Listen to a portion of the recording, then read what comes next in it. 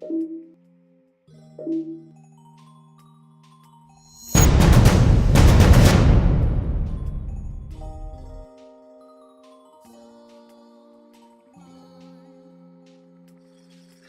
bonjour à tous et je vous présente Brice.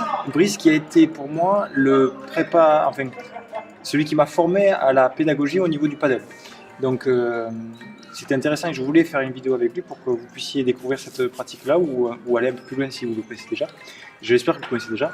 Et donc Brice, est-ce que tu peux te présenter pour voilà, je m'appelle Bernard Brice, je suis à la base enseignant de tennis. Ouais. Je suis directeur sportif du Blagnac Tennis Club, mais c'est vrai qu'à travers mon club, il y a quelques années, le paddle est arrivé très rapidement, donc j'ai connu cette activité que j'ai appréciée bien sûr, donc je me suis entraîné, j'ai fait partie des équipes de France pendant quelques années. D'accord. J'ai fait quelques formations en Espagne pour pouvoir aussi entraîner les équipes et mes partenaires, donc voilà, pendant pas mal d'années. Ensuite j'ai eu une coupure, mais c'est vrai que depuis que la Fédération française de tennis a affilié le paddle, je m'y suis remis et c'est là où j'ai commencé à former les DE de tennis au niveau national sur plusieurs centres de formation. Donc justement, est-ce que tu peux nous parler de cette historique-là, de quand c'est que ça a commencé ce sport? Voilà, après on est sur un terrain de paddle, mais on pourra en parler après. Mais voilà, quand c'est que ça a été créé, où ça a été créé, par qui, et après quand c'est que c'est arrivé en France? Bon, alors l'historique du paddle est sud-américain, ça vient du Mexique. C'est monsieur Enrique Conqueras qui a modifié un terrain de tennis, qui l'a rétréci, où il avait des murs derrière pour jouer avec sa femme et avec d'autres partenaires. Donc c'est lui qui a inventé un petit peu ce terrain, qui a beaucoup évolué depuis ces années-là. Donc ça a commencé en 1982 et ensuite il l'a présenté à un prince espagnol qui lui l'a importé dans son pays en Espagne et depuis c'est vrai qu'il y a eu quand même un développement très important même en Europe. Voilà. Sachant que là les meilleurs joueurs sont espagnols. Argentin et espagnol, de toute façon tous les meilleurs joueurs argentins sont venus sur le circuit espagnol puisque c'est un circuit professionnel et on sait très bien qu'en Europe, il y a un petit peu plus de moyens pour ça, pour qu'ils le fassent. Okay.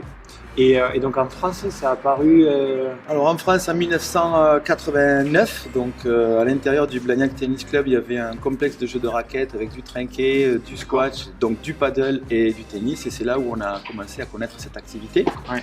Il y a eu des championnats de France qui ont même été organisés donc à cette époque-là, mais sous la tutelle du jeu de paume.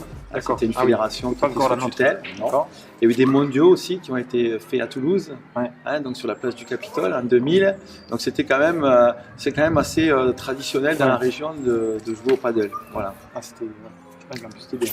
De pouvoir promouvoir un tel sport sur la place du Capitole. C'est ça. Et ensuite, en 2015, donc, la Fédération française de tennis a affilié cette activité. Et là où ils ont organisé tous les championnats départementaux, régionaux, championnats de France. Et ils ont participé à des mondiaux, des championnats d'Europe. Ça commence à se développer au niveau de la compétition.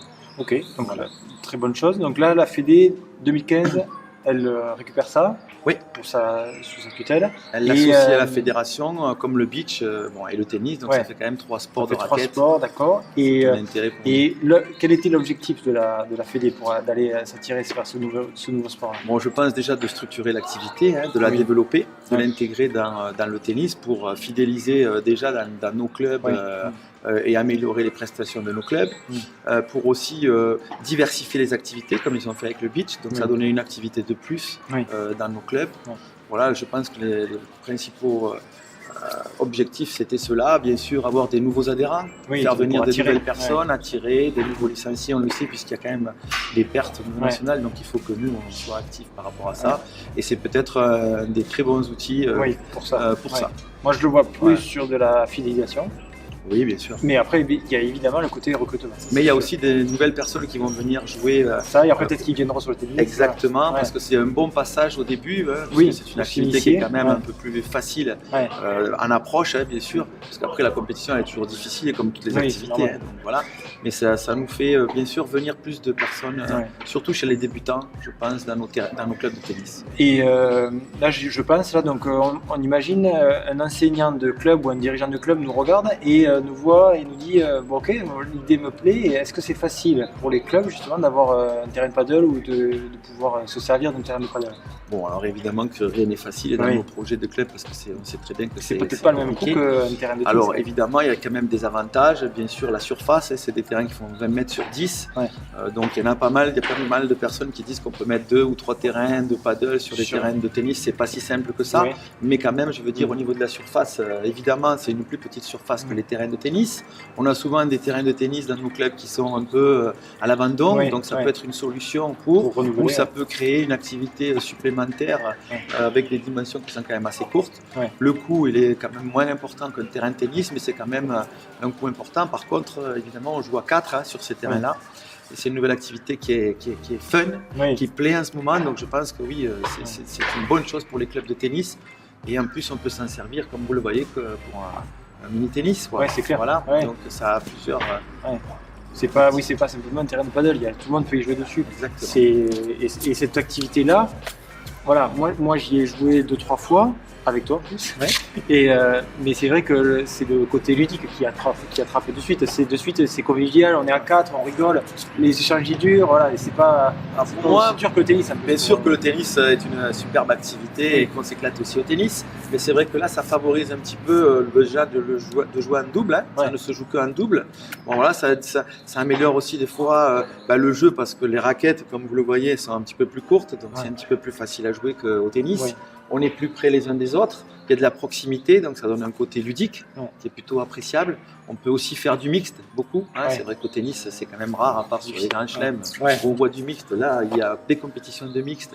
Et en Espagne, par exemple, c'est 50% des licenciés de paddle, c'est des femmes. Donc il y a ce côté-là. Et puis ensuite, je trouve que ça nivelle beaucoup et on peut partager des moments avec des niveaux complètement différents. C'est clair. Alors qu'au tennis, c'est quand même plus compliqué. Voilà, ça fait partie des avantages de l'activité, je pense, de paddle par rapport au tennis. La puissance, bien sûr, il y en a moins qu'au tennis. Donc c'est pour ça aussi qu'on peut même jouer en famille. On peut jouer plus facilement. Moi, je me rappelle avoir vu des joueurs jouer, mais ils n'avaient jamais joué au tennis. Ils venaient juste pour passer un moment et justement ça leur donnera les idées derrière de passer sur la pratique du tennis en ayant découvert tout ça. Pour moi ça va aller dans les deux sens. Pour moi il y a des joueurs de tennis bien sûr qui vont aimer le paddle, basculer vers le paddle à des moments, mais il y a aussi des joueurs de paddle qui vont commencer par ça et puis de temps en temps qui vont aller au tennis. Je prends un exemple, il faut être 4, donc c'est un avantage pour la convivialité, mais c'est un inconvénient parce que si tu n'as pas les 4 personnes. Mais par contre à 2, tu peux faire un tennis si tu es dans un club où il y a le paddle et le tennis. Oui, bien sûr. Moi je pense qu'il faut que ça soit des vases communicants dans un club. Voilà. Tout comme le beach. Comme le beach. Ces activités qui sont annexes mais qui au final sont au service de l'activité principale qui est le tennis. Il faut. Et de nos adhérents. Parce que c'est ça aussi l'objectif, c'est que nos adhérents restent plus longtemps dans les clubs. Et qui s'y sentent bien. Qui s'y sentent bien, qui puissent diversifier et faire un match compétition de tennis et puis un paddle en famille ou avec le couple. C'est top. C'est clair. C'est évident. C'est quand même un gros avantage. Et dites-nous ce que vous en pensez, si vous avez déjà essayé tout ça, si vous avez peut-être déjà des paddles dans votre club et qu'est-ce que vous en faites. Dites-nous si ça vous intéresse qu'on aille un peu plus loin, qu'on aille un peu plus sur peut-être des formes pédales sur lesquelles on peut travailler sur le terrain, ce que ça peut apporter vraiment à un joueur de tennis. On rentre vraiment dans le détail.